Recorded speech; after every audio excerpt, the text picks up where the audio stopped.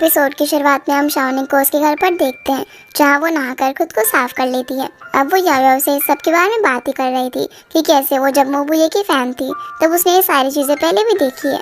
तभी डोरबेल की आवाज आती है। जब शाओनिंग जाकर चेक करती है तो वहाँ पर शिफाई याओयाओ से मिलने के लिए आया हुआ था। इसलिए शाओनिंग इन दोनों को अकेला छोड़कर गु चेन्यू के पास चली जाती है। इधर शिफाई याओयाओ को बोलता है कि हम दोनों ऑफिशियली कपल है ना, इसलिए हमें कपल की तरह ऐड करना चाहिए।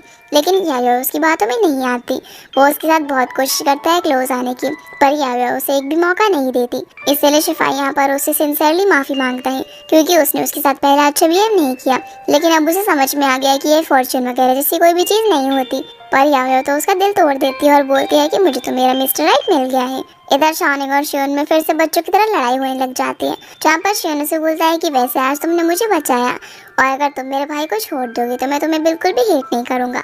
शाओनिंग बोलती है कि अगर ऐसा है तो तुम मुझे हेट करते रहो, मैं तुम्हारे भाई को नहीं छोड़ने वाली। शियोन उसे बोलता है कि ऐसा नहीं हो सकता, चलो एक गेम खेलते हैं, अगर उसके अंदर तुम हारी तो तुम्हें मेरे भाई को छोड़ना पड़ेगा। शाओनिंग बोलती है कि ठीक है, लेकिन अगर मैं जीती ना तो तुम्हें मुझे सिस्टर कहकर बुलाना पड़ेगा। ये दोनों अब गेम खेलना शुरू करते हैं, जिसके अंदर शाओनिंग जीत जाती है, जो देखकर शियोन काफी नाराज होता है और बोलता है कि यार मैं तुम्हारे ट्रैप में फंस गया, ये बोलकर जाने लगता है।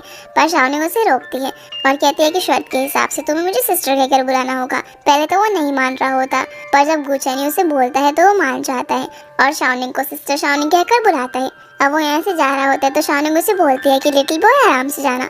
उसके जाने के बाद गु चेन्यू शाओनिंग से बोलता है कि लिटिल गर्ल इधर आओ, तुमने उसे सिर्फ सिस्टर बुलाने के लिए इतनी मेहनत करी, वैसे भी शादी के बाद तो तुम्हें वो कुछ और ही बुलाएगा। जो सुनकर शाओनिंग शर्माने लगती है। फिर वो उसे भी अपने साथ गेम खेलने के लिए बोलती है, लेकिन गु चेन्यू मना कर देता है क्योंकि उसे पता था कि वो शाओनिंग से हार जाएगा। शियोन अब जब नाराज होकर घर जाता है तो यनरन उससे पूछता है कि तुम्हें क्या हुआ है। शियोन बोलता है कि जब भी मैं शाओनिंग से मिलता हूँ ना तब ऐसा ही होता है। हालांकि आज जब एंटी फैंस ने उसके ऊपर अटैक किया था तो उसने मुझे बनाया और मुझे नहीं लगता कि वो किसी को बुली कर सकती है, वो तो बड़ी इनोसेंट सी है। यनरन कहती है कि मुझे भी पहले ऐसा ही लगा था कि वो बहुत ही इनोसेंट है, इसलिए मैंने उसे हायर किया था, पर देखो मेरे साथ क्या हुआ। पर शियोन यहाँ पर इस बार उसकी बातों में नहीं आता, जो देखकर यनरन को अच्छा नहीं लगता। इधर शाओनिंग गु चेन्यू की गोद में ही सो जाती है और इस बीच गु चेन्यू गेम खेलकर प्रैक्टिस कर रहा होता है। तभी उसे शिफाई का कॉल आता है, जो उसे बताता है कि मैं फिर से रिजेक्ट हो गया, अब मैं जा रहा हूँ और हम अगले जन्म में मिलेंगे। ये बोलकर वो कॉल कट कर देता है। इसलिए गु चेन्यू फटाफट भागते हुए उसके घर पहुँचता है, जहाँ पर शिफाई उसे देखकर मरने का नाटक करने लगता है। जो बात जब गु चेन्यू को पता चलती है तो वो भी एम्बुलेंस को कॉल करने का नाटक कर रहा होता है, पर शिफाई उसे रोक देता है और बोलता है कि गु चेन्यू तुम कितने अच्छे हो, तुम मुझसे मिलने के लिए आए और मैं फिर से रिजेक्ट हो गया, अब मैं क्या करूं। गु चेन्यू अब यहाँ पर उसकी वीडियो बनाने लगता है और कहता है कि तुमने तो कहा था कि तुम लव मशीन हो और एक बार में कई लड़कियों को पटा सकते हो। पर शिफाई रोते हुए बोलता है कि नहीं ऐसा नहीं है। गु चेन्यू कहता है कि तुम तो हैंडसम हो, तुम्हें तो कोई भी लड़की मिल जाएगी। पर वो बोलता है कि नहीं मैं हैंडसम नहीं हूँ, पर यार वो मुझे पसंद नहीं करती, वो तो अपने मिस्टर राइट को पसंद करती है।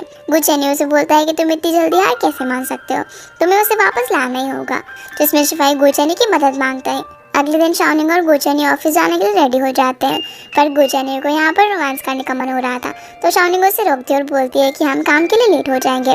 तभी गु चेन्यू को उसकी मॉम का कॉल आता है, जो उसे बताती है कि यनरन को पुलिस पकड़ कर ले गई है। इसलिए अब ये दोनों पहले पुलिस स्टेशन जाते हैं, जिसके बाद हम शिफाई को ऑफिस में देखते हैं, जहाँ जब याओयाओ लैपटॉप पर काम कर रही होती है तब उसे लगता है कि वो अपने मिस्टर राइट से चैटिंग कर रही है।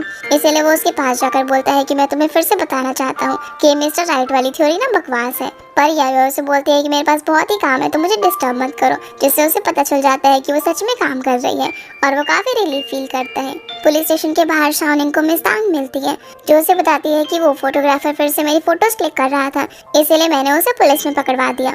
और यहाँ उसने पुलिस को सारी सच्चाई बता दी कि कैसे यनरन ने भी उस बंदे को हायर किया था तुम्हारी और गु चेन्यू की फोटोज क्लिक करके उनसे ऑनलाइन एक स्कैंडल बनाने के लिए। इसलिए पुलिस ने यनरन को भी पकड़ा है। ये सब सुनकर शाओनिंग हैरान हो जाती है। अब गु चेन्यू यनरन की बेल कराकर उसे बाहर तो ले आता है, जहाँ वो उसे बोलता है कि मैंने तुम्हें पहले ये सब करने से मना करा था ना, और अब ये सारी बातें तुम पेरेंट्स को जाकर खुद ही समझाना।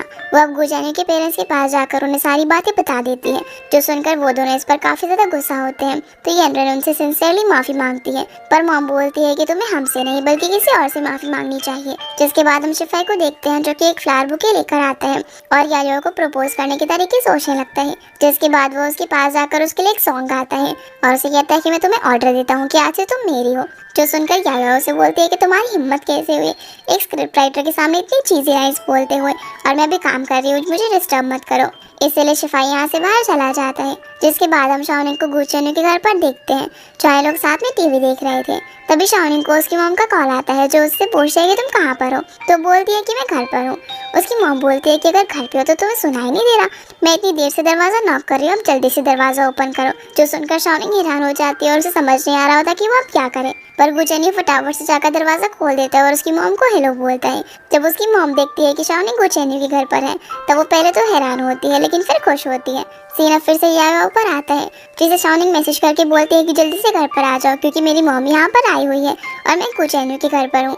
इसलिए वो काम बंद करके घर जाने के लिए निकलती है। पर जैसे ही वो कॉरिडोर में पहुंचती है तो देखती है कि वहाँ पर फ्लावर से आई लव यू लिखा है। उसी वक्त वहाँ पर शिफाई आता है जो कि उसके सामने डांस करने लगता है।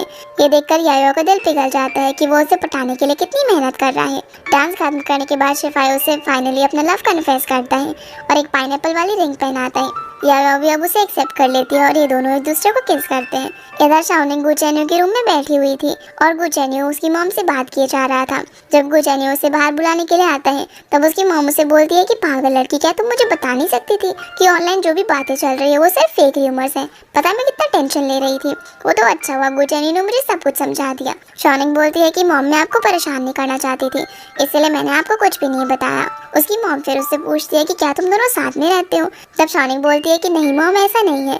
इसलिए उसकी मॉम अब शाओनिंग के घर पर जाने लगती है। पर तभी शाओनिंग याओ का मैसेज देखती है जिसमें उसने लिखा हुआ था कि शिफाई ने आज मुझे अपना लव कन्फेस किया है इसलिए तुम आज घर पर मत आना। जो सुनकर वो मॉम को रोकने लगती है और जब गुचेन्यू भी उस मैसेज को पढ़ता है तब वो भी मॉम को रोकने की कोशिश करता है। लेकिन जब मॉम नहीं रुकती तो गुचेन्यू बोल देता है कि हम दोनों साथ में रहते हैं। जो सुनकर मॉम हैरान हो जाती है। इधर शिफाई और याओ एक दूसरे को किस करते करते घर तक पहुंचते हैं जहाँ शिफाई अपने कपड़े उतार रहा होता है पर याओ उसे रोक देती है और वापस से घर जाने को बोलती है। शिफाई यहाँ पर नाटक करने लगता है और बोलता है कि मुझे चक्कर आ रहे हैं। तो याओ उसे डॉक्टर के पास चलने के लिए बोलती है पर वो कहता है कि अरे नहीं, अगर मैं यहाँ पर एक रात रुकूंगा तो मैं ठीक हो जाऊंगा। ये बोलकर वो चक्कर आने का बहाना करके उसके ऊपर गिर जाता है। अगली सुबह हम येनरन को देखते हैं जो कि घर छोड़कर जा रही होती है। पर जाने से पहले वो शियोन को सॉरी बोलती है क्योंकि उसने काफ़ी सारी गलत चीज़ें की थी। तो शियोन बोलता है कि काश तुम पहले की तरह हो जाओ और उसके जाने से थोड़ा सैड हो जाता है। इधर हम याओ को देखते हैं जो शिफाई को उठा रही होती है। अब जैसे ही वो उठ जाता है तो वो उसकी आंखों पर पट्टी बांधती है और उसे बोलती है कि मैं तुम्हें कुछ सिखाना चाहती हूँ। फिर वो उसके सामने कैक्टस लेकर आती है जिसे जैसे ही शिफाई टच करता है तो वो बोलता है कि अरे क्या तुम्हारी बियर्ड आ गई है।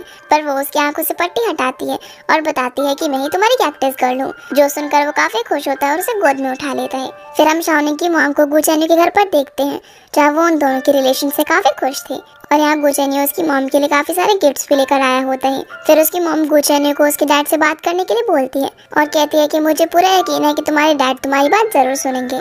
इस पर गुचेन्यू हाँ बोलता है। इसके बाद ये दोनों मॉम को छोड़ने के लिए जाते हैं। अगली सीन में हम इन दोनों को ऑफिस में देखते हैं जहाँ गुचेन्यू पूछता है कि मेरी परफॉर्मेंस कैसी है तुम्हारी मॉम के सामने। शाओनिंग बोलती है कि बहुत अच्छी और उसे रिवॉर्ड के तौर पर चीक्स भी किस कर देती है। पर गुचेन्यू कहता है कि मुझे तो और रिवॉर्ड चाहिए। ये बोलकर वो शाओनिंग के क्लोज आकर उसे किस करने वाला था लेकिन तभी वहाँ पर मिस्टर वांग आ जाता है जो कि इन दोनों को इस तरह देखकर वहाँ से भाग जाता है। पर फिर वो वापस से अंदर आकर ऐसे एक्ट करने लगता है जैसे कि उसने कुछ देखा ही ना हो और गुचेन्यू से लीड की सेलिब्रेशन पार्टी के बारे में डिस्कस करने लगता है। उसके जाने के बाद शाओनिंग गुचेन्यू को बोलती है कि आगे से केयरफुल रहना। तो गुचेन्यू भी ठीक है बोलकर वांग से बात करने के लिए बाहर चला जाता है। उसी वक्त उसके फ़ोन पर शियोन का कॉल आता है तो शाओनिंग उसका कॉल उठा लेती है। शियोन उसे गुचेन्यू से बात कराने के लिए बोलता है और कहता है कि मुझे कुछ फैमिली के बारे में बात करनी है। तो शाओनिंग बोलती है कि तुम मुझसे भी फैमिली की बातें कर सकते हो। शियोन कहता है कि अच्छा ठीक है, मेरे डैड का बर्थडे आ रहा है और अगर तुमने उनका अप्रूवल ले लिया और भाई को डैड की बर्थडे पार्टी में ले आई तो मैं तुम्हें सिस्टर इन लॉ मान लूंगा। जो सुनकर शाओनिंग उसकी डील एक्सेप्ट कर लेती है। जिसके बाद हम गुचेन्यू और शाओनिंग को साथ में लीड की सेलिब्रेशन पार्टी में जाता हुआ देखते हैं। पर तभी उन्हें रास्ते में येनरन मिल जाती है जो कि शाओनिंग से कुछ अकेले में बात करना चाहती थी। अब यहाँ वो उससे अकेले में माफ़ी मांगती है उसने जो भी कुछ गलत किया था उसके लिए। तो शाओनिंग उसे बिना कुछ सोचे समझे माफ़ कर देती है और फिर उसे भी साथ में लीड की सेलिब्रेशन पार्टी में चलने को बोलती है। इधर गुचेन्यू शिफाई को वही वीडियो दिखाता है जो कि उसने उस दिन बनाई थी जब वो काफ़ी ड्रंक था और वो इस वीडियो को याओ को भेज देता है। फिर गुचेन्यू सभी लोगों को अप्रिशिएट करता है कि उन्होंने लीड के लिए काफ़ी मेहनत की है और वो ज़रूर सक्सेसफुल होगा। इसी बीच एक एम्प्लॉय उसकी शादी के बारे में पूछता है, तो वो कहता है कि अगर कोई खुशखबरी होगी तो मैं तुम लोगों को बता दूंगा। और फिर ये लोग साथ में पार्टी एंजॉय करते हैं। पर हम देखते हैं कि यहाँ पर शिफाई तो याओ को मैसेज करने में लगा हुआ था। अब पार्टी के बाद जब शाओनिंग और गुचेन्यू जा रहे होते हैं, तब गुचेन्यू शाओनिंग से बोलता है कि अब मेरी विश लिस्ट पूरी हो गई है। शाओनिंग बोलती है कि तुम्हारी विश लिस्ट, भला उसमें क्या लिखा था? गुचेन्यू बोलता है कि क्या तुम जानना चाहती हो? शाओनिंग बोलती है कि मैं बिल्कुल जानना चाहती हूँ कि तुम्हारी विश लिस्ट में मैं हूँ कि नहीं। तो गुचेन्यू मना कर देता है, जो सुनकर वो सैड हो जाती है। तब गुचेन्यू से बोलता है कि पागल लड़की, तुम तो मेरी विश लिस्ट की सबसे इंपॉर्टेंट चीज़ हो। जो सुनकर शाओनिंग काफ़ी खुश होती है। फिर वो उसे बोलती है कि तुम्हारे डैड का बर्थडे आ रहा है ना, तो वो उसे बर्थडे पार्टी में चलने के लिए बोलती है। लेकिन गुचेन्यू बोलता है कि अगर मैं वहाँ पर जाऊँगा तो शायद डैड फिर से नाराज़ हो जाएंगे। पर शाओनिंग कहती है कि ऐसा नहीं होगा, क्योंकि मेरे पास एक प्लान है। और ये बोलकर गुचेन्यू को अपने साथ ले जाती है। जिसके बाद हम शियोन को देखते हैं, जो कि डैड के पास जाकर उन्हें बोलता है कि मेरे भाई ने आपके लिए एक बहुत ही अच्छा बर्थडे सरप्राइज प्लान किया है, जो कि इस यूएसबी के अंदर है, तो आप इसे देखिए। लेकिन वो इसे देखने से मना कर देते हैं। शियोन उन्हें फिर से मनाने की कोशिश करता है, लेकिन वो फिर भी मना कर देते हैं। तभी वहाँ पर मॉम आती है, तो शियोन उन्हें ये बात बताता है, जिस पर वो कहती है कि तुम्हारे डैड नहीं देख रहे तो कोई बात नहीं, मुझे देखना है, चलो जल्दी से मुझे ये वीडियो दिखाओ। अब जब ये लोग इस वीडियो को देख रहे होते हैं, जिसके अंदर ऑफिस का स्टाफ मिलकर डैड के लिए एक गाना गाता है और उन्हें बर्थडे विश करता है। साथ ही साथ गुचेन्यू ने सभी लोगों के साथ मिलकर एक ग्रुप डांस परफॉर्मेंस भी किया था, जहां हम देख पाते हैं कि डैड ना देखने की एक्टिंग कर रहे होते हैं, लेकिन वो भी छुप छुप कर ये वीडियो देख रहे थे। फिर हम शाओनिंग और गुचेन्यू को देखते हैं, जो कि डैड से मिलने के लिए आ रहे थे, लेकिन शाओनिंग काफी नर्वस थी। तो गुचेन्यू बोलता है कि चिंता मत करो, जो भी होगा अच्छा ही होगा। इधर डैड अकेले में उस वीडियो को प्ले करते हैं, जिसके अंदर पहले कंपनी के सभी लोग उनके लिए गाना गाते हैं, और फिर गुचेन्यू और शाओनिंग मिलकर डैड को बर्थडे विश करते हैं। जहाँ वीडियो के अंदर शाओनिंग उन्हें एक सीक्रेट भी बताती है कि कैसे गुचेन्यू छुप छुप कर अपनी डैड की हैबिट्स फॉलो करता है। इसके बाद ही सभी मिलकर एक ट्रेडिशनल डांस परफॉर्मेंस देते हैं, जो देखकर डैड काफी खुश हो रहे थे। लेकिन जैसे वो मॉम को यहाँ पर आता हुआ देखते हैं, तो वो टीवी ऑफ कर देते हैं। मॉम उनसे बोलती है कि अगर आपको देखना ही है तो देख लीजिए ना, आपको मना कौन कर रहा है। इसलिए ये दोनों अब साथ में मिलकर उस वीडियो को देखने लगते हैं, और डैड तो बार बार उसे देखे जा रहे थे। सीन अब शिफाई और याओ पर आता है, जो कि हनीमून पर जाने के लिए जगह डिसाइड कर रहे होते हैं। जहाँ शिफाई तो बीच पर जाना चाहता था, लेकिन याओ मैक्सिको। याओ उसे बोलती है कि तुमने तो कहा था ना कि तुम मेरी हर बात मानोगे, लेकिन तुम अब पीछे हट रहे हो, इसीलिए चलो वोट करते हैं। शिफाई बोलता है कि हम तो 2 ही लोग हैं, तो वोट कैसे करेंगे। तभी वो उसे अपनी प्रेगनेंसी रिपोर्ट दिखाती है, जो देखकर शिफाई काफी खुश होता है और बोलता है कि जब 2 लोग एग्री हो गए तो मैं हार गया, और याओ को हक कर लेता है। इधर गुचेन्यू और उसके डैड चेस खेलते हुए आपस में बातें कर रहे थे, जहाँ उसके डैड उसे बोलते हैं कि तुम्हारी मॉम बिल्कुल सही कहती है कि तुम मेरी तरह हो। और यहाँ पर वो उससे माफ़ी मांगते हैं, क्योंकि उन्होंने आज तक उसके डिसीजन को सपोर्ट नहीं करा। पर वो कहते हैं कि अब से वो उसके डिसीजन को सपोर्ट करेंगे और कभी भी उसे लाइफ में रिग्रेट नहीं करने देंगे। तो गुचेन्यू बोलता है कि उसने कभी भी लाइफ में रिग्रेट नहीं करा है, सिवाय इस चीज़ के कि उसे उसके डैड का साथ नहीं मिला। तो उसके डैड बोलते हैं कि अब से मैं तुम्हारा हमेशा साथ दूंगा, और मैं चाहता हूँ कि तुम और शाओनिंग साथ में हमेशा खुश रहो। यानी कि उन्होंने इन दोनों के रिलेशनशिप को भी अप्रूव कर दिया था, और अब इनके बीच की सारी मिसअंडरस्टैंडिंग भी क्लियर हो गई थी। इधर ये तीनों जब इन दोनों को इतने अच्छे से बातें करते हुए देखते हैं, तब मॉम शाओनिंग को बोलती है कि ये सब तुम्हारी वजह से हुआ है, कि मैं इन दोनों को इतने अच्छे से आपस में बात करता हुआ देख रही हूँ। शियोन बोलता है कि मॉम, आप सिर्फ अकेले इसकी क्यों तारीफ कर रही हो, मैंने भी तो डांस किया था ना। फिर वो अंदर कुछ लेने के लिए चली जाती है, और शाओनिंग शियोन से बोलती है कि तुम मुझे कुछ बुलाने वाले थे ना। तो वो उसे सिस्टर इन लॉ कहकर बुलाता है। तभी मॉम अंदर से एक ब्रेसलेट लेकर आती है, और ऐसा सेम ब्रेसलेट उन्होंने गुचेन्यू को भी पहनाया हुआ था। वो उसे बोलती है कि अब तो जल्दी ही तुम हमारी फैमिली का हिस्सा बनने वाली हो, जो सुनकर शाओनिंग शर्माने लगती है। रात में हम इन सभी को एक साथ एक क्लब में देखते हैं, जहाँ पर शिफाई याओ को फ्रूट्स खिला रहा होता है, लेकिन वो उसे खाने से मना कर देती है, क्योंकि वो बहुत ही ठंडे थे। फिर ये दोनों शाओनिंग और गुचेन्यू को कॉन्ग्रेचुलेट करते हैं, क्योंकि उन दोनों को ही उनके पेरेंट्स का अप्रूवल मिल गया था। तो ये दोनों भी इन्हें थैंक यू बोलते हैं। पर जब ये लोग ड्रिंक कर रहे थे, तो शाओनिंग देखती है कि याओ ड्रिंक नहीं कर रही थी। तो वो उससे पूछती है कि तुम्हें क्या हुआ है, जिस पर वो उसे बता देती है कि वो प्रेग्नेंट है, जो सुनकर शाओनिंग काफ़ी ज़ोर से चिल्लाती है और बहुत ज़्यादा खुश होती है। शिफाई गुचेन्यू को बोलता है कि सॉरी भाई, मुझे माफ़ कर देना, इस बार मैं तुझसे एक स्टेप आगे निकल गया। गुचेन्यू बोलता है कि कोई बात नहीं, हम भी जल्दी तुम्हारे तक पहुंचने की कोशिश करेंगे। जिसकी ऐसी बातें सुनकर शाओनिंग उसे चुप कराती है, और फिर ये सभी लोग साथ में काफ़ी एंजॉय करते हैं। अब रात में जब शाओनिंग सो रही थी, तभी गुचेन्यू उसके पास बैठकर उसे निहार रहा होता है। शाओनिंग नींद में उससे पूछती है कि तुम्हें क्या हुआ है, अभी तक सोए क्यों नहीं। तो वो उसे बोलता है कि मैं तुम्हें प्रपोज करने वाला हूँ। जिस पर शाओनिंग बोलती है कि अभी मुझे काफ़ी नींद आ रही है। तो गुचेन्यू बोलता है कि जब तक तुम हाँ नहीं बोलोगी तब तक मैं तुम्हें सोने नहीं दूंगा। इसीलिए जब वो उसे प्रपोज करता है, तो वो उसे हाँ बोल देती है, और गुचेन्यू उसे रिंग पहनाता है। अगली सुबह जैसे ही शाओनिंग उठती है, तो वो अपने हाथों में रिंग देखकर हैरान हो जाती है, वो बाहर जाकर गुचेन्यू से इसके बारे में पूछती है, तो वो भी उसे अपनी रिंग दिखाता है, जो देखकर वो खुश हो जाती है। फिर वो उसे सॉरी बोलती है क्योंकि कल रात वो सो गई थी और उसे लग रहा था कि ये सब एक सपना है, इसीलिए वो उसे ये सब फिर से करने के लिए बोलती है। लेकिन गुचेन्यू उसे मना कर देता है और एक कपल टी शर्ट देकर जल्दी से तैयार होने के लिए बोलता है। तो शानिंग पूछती है कि हम कहाँ जा रहे हैं, जिस पर वो बताता है कि अपनी मैरिज सर्टिफिकेट लेने के लिए, जो सुनकर वो फटाफट से रेडी होने के लिए चली जाती है। इधर हम शिफाई को देखते हैं, जो कि प्रेगनेंसी वाली बुक को पढ़ते पढ़ते सो गया था। तो याया उसे परेशान करने के लिए उसके पास वो वाला वीडियो चला देती है, जिसे गुचेन्यू ने रिकॉर्ड किया था और उसके अंदर वो बच्चों की तरह बिहेव कर रहा था। शिफाई उस वीडियो को सुनकर फटाफट से उठता है और उसे बंद करता है। फिर वो जोर से गुस्से में गुचेन्यू का नाम लेता है। दूसरी ओर ये दोनों मैरिज रजिस्ट्रार के ऑफिस जा रहे होते हैं। तभी शानिंग उसे बोलती है कि मैं तो अपना आई कार्ड लाना ही भूल गई, इसके बिना हमें सर्टिफिकेट कैसे मिलेगा। जिस पर गुचेन्यू बोलता है कि चिंता मत करो, तुम्हारा डॉक्यूमेंट मेरे पास है। शानिंग बोलती है कि तुम्हारे पास मेरा डॉक्यूमेंट कैसा है, तो वो उसे बता देता है कि तुम्हारी मॉम ने ही मुझे दिया था, क्योंकि उन्हें डर था कि तुम बेवकूफ़ हो ना, इसलिए तुम इसे कहीं खो दोगी। लेकिन तभी पुलिस वाले उनकी कार को रूटीन चेकअप के लिए रोक लेते हैं। जब गुचेन्यू चेक करता है तो उसे ड्राइविंग लाइसेंस नहीं मिलता, क्योंकि वो उसे घर पर ही भूल आया था। इसलिए अब शिफाई यायो के साथ उसका ड्राइविंग लाइसेंस लेकर आ रहा होता है। जहाँ यायो तो बार बार उसी वीडियो को देखे जा रही थी और काफ़ी हंसती है। तो शिफाई बोलता है कि यायो बस भी करो, मैं नहीं चाहता कि मेरा बेबी ये देखे। तो वो उसे बोलती है कि यार तुम इतने क्यूट क्यों हो। लेकिन शिफाई को अभी भी गुचेन्यू पर काफ़ी गुस्सा आ रहा था, इधर क्योंकि गुचेन्यू ड्राइविंग लाइसेंस नहीं लाया था। इसलिए पुलिस वाले उसे ट्रैफिक रूल्स रीड करवा रहे होते हैं, जिसका वीडियो शिफाई आकर बना लेता है और बोलता है कि तुम्हें डिजर्व करते हो। गुचेन्यू उसे वीडियो बनाने से मना करता है, लेकिन वो नहीं रुकता और शिफाई बोलता है कि अगर मैं इस वीडियो को इंटरनेट पर पोस्ट कर दूं तो मोबुए की इमेज का क्या होगा। अब यहाँ ये दोनों ही अपने अपने पार्टनर्स को रोकती है और शानिंग गुचेन्यू से बोलती है कि हमें सर्टिफिकेट्स लेने के लिए जाना है। तो वो बोलता है कि शिफाई मैं तुम्हें बाद में देख लूंगा। फिर ये सभी लोग साथ में मैरिज रजिस्टर कराने के लिए पहुंच जाते हैं, जहाँ पर जाकर ये दोनों पहले काफ़ी अच्छी अच्छी फोटोज खिंचवाते हैं और फिर इनके साथ शिफाई और याओ भी आ जाते हैं। मैरिज रजिस्टर कराने के बाद इन दोनों को सर्टिफिकेट्स दे दिए जाते हैं और ये दोनों अब काफ़ी खुश थे। जब इनके पेरेंट्स उन सर्टिफिकेट्स को देखते हैं तो वो भी काफ़ी खुश होते हैं और इनकी शादी की तैयारियों के बारे में बात करने लगते हैं। दोनों मॉम और शियोन शानिंग के लिए वेडिंग ड्रेस सिलेक्ट कर रहे होते हैं और डैड होटल की मेन्यू वगैरह डिसाइड कर रहे थे।